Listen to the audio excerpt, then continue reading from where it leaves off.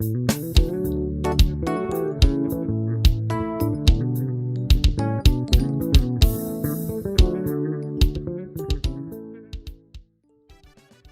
de Côte d'Ivoire poursuit la croisade mondiale de prière, de jeûne et de louange du ministère, à son siège à Djamé-Liberté et dans les églises de l'intérieur du pays. À Abidjan, depuis l'ouverture le 17 octobre, le pasteur Boniface Meigné conduit les saints dans les nuits de prière de 22h à 4h du matin, avec un accent particulier mis sur la nécessité pour tous les frères de s'investir activement à l'évangélisation en vue du gagnement des âmes au cours de cette croisade. Si tu as résolu en toi-même que tu donnes ta vie à Jésus, lève-toi et viens.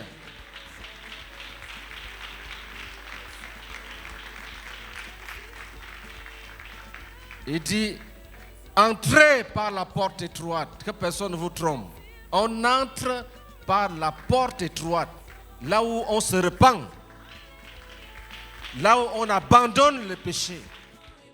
Dans cet élan, déjà 35 âmes ont été gagnées au Seigneur au cours des sessions de prière en salle.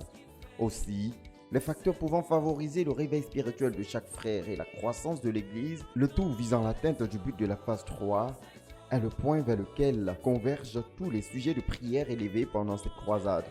Dans la journée du dimanche 23, marquant la clôture de la première semaine, les sujets de prière ont tourné autour de la sanctification des rencontres de prière, la nécessité d'une onction spéciale et les miracles évangéliques pour gagner les âmes. Le Seigneur a aussi conduit l'Assemblée à prier pour la séparation de tous les frères avec tout péché, substance de la formation des disciples. À partir du passage de 1 Jean le chapitre 3, le verset 2, et plusieurs autres illustrations découlant des enseignements des apôtres et d'hommes de réveil tels que le frère Zach ou encore Charles Grandisson-Finet, le pasteur Meigné a présenté aux saints le caractère central de la guerre contre le péché dans la marche quotidienne du croyant. Les saints ont ainsi prié que tous les saints comprennent divinement que la séparation d'avec tout péché est la substance de la formation des disciples pour le Seigneur Jésus-Christ, tout en intercédant que la capacité de revenir à Dieu par l'abandon de tout péché soit restaurée dans l'Église.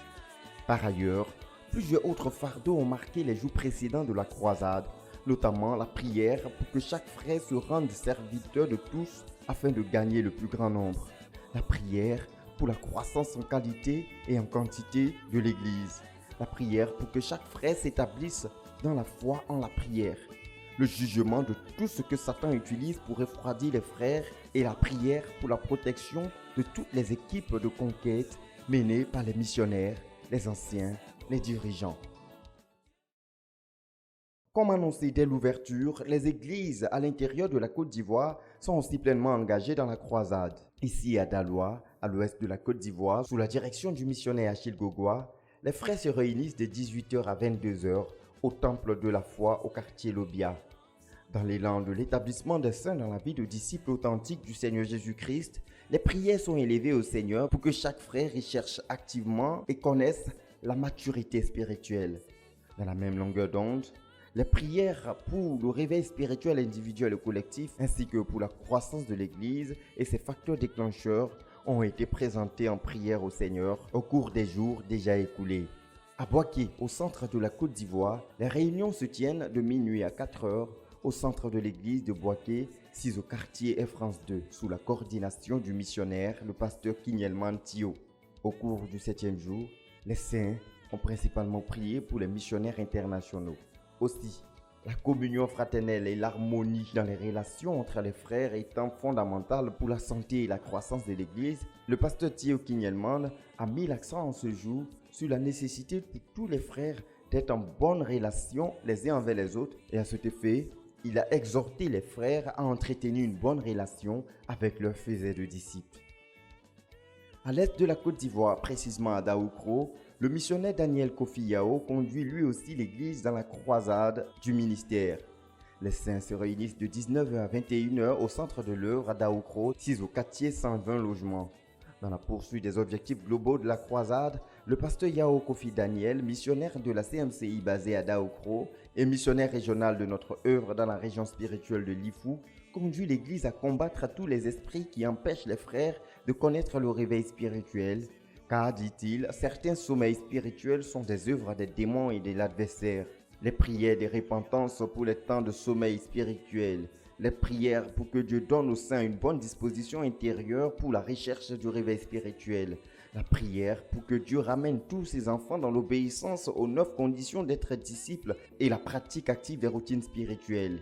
Les prières pour que la CMCI soit un ministère dans lequel règne la sainteté et la crainte de Dieu.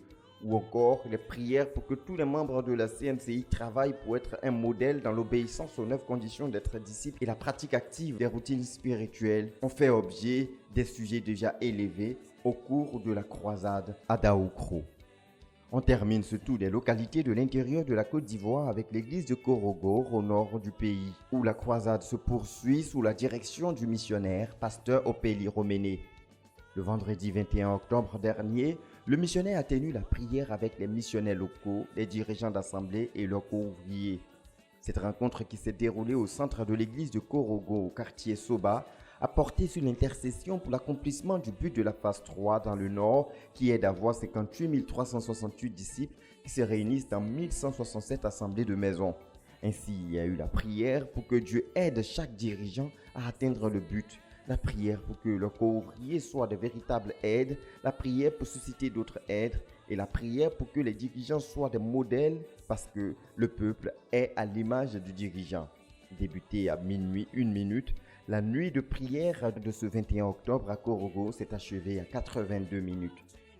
Au nord, au sud, à l'est, à l'ouest, en passant par le centre, toutes les églises de la CMCI Côte d'Ivoire sont ainsi engagées à cette croisade de prière, de jeûne et de louange du ministère, ouverte depuis le 17 octobre 2022 pour s'achever le 25 novembre prochain.